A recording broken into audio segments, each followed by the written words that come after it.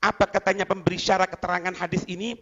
Wa hadza kulluhu min atharit tadabburi wal khusyu'i. Tidaklah Nabi bercucuran air mata, tidaklah Nabi menangis ketika dibacakan semuanya, kecuali ini semuanya min atharit tadabbur, karena sebab dari tadabbur, wal khusyu', dari khusyuk yang datang dari diri baginda Rasul sallallahu alaihi wasallam.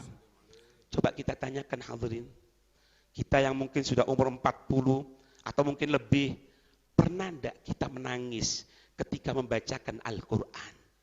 Karena kita merenungi maknanya. Pernah enggak kita ketika diceritakan dalam ayat Al-Quran hari kiamat, kita ketakutan, kita menangis, kita meminta ampunan kepada Allah, kita meminta pertolongan kepada Allah, kita menangis. Ketika kita membaca idza zulzilatil ardu zilzalaha, ketika bumi bergoncang, ketika terjadi hari kiamat, kemudian timbul perasaan takut kita sampai kita menangis, sampai kita meminta bantuan kepada Allah, sampai kita meminta rahmatnya kepada Allah.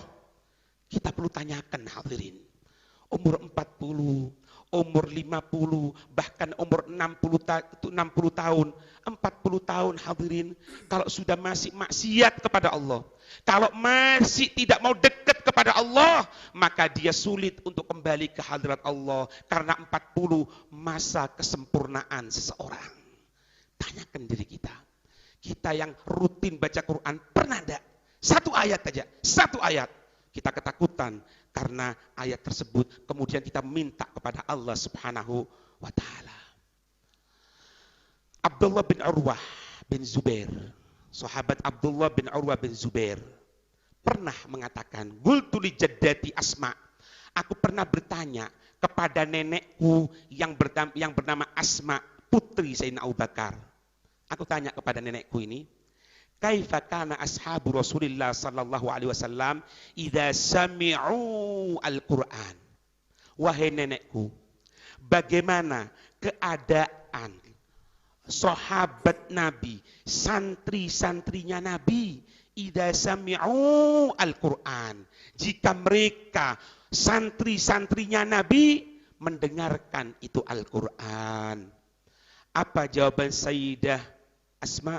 Qalat tadma'u a'yunuhum, air matanya bercucuran, wa taksya'irru juluduhum kama na'atuhumullah, dan mereka tadi itu bergetar kulit mereka, bergetar badan mereka, sebagaimana Allah mensifati mereka orang-orang yang beriman ketika membaca Al-Quran.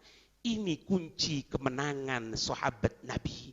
Ini kunci berhasilnya dakwahnya Nabi ketika menjadikan diri kita, ketika menjadikan orang-orang pecinta kita, para penimba ilmu kita menjadi Al-Quran sebagai solusi. Al-Quran yang selalu menjadi kesusahan dia, takut akan azabnya Allah karena Al-Quran.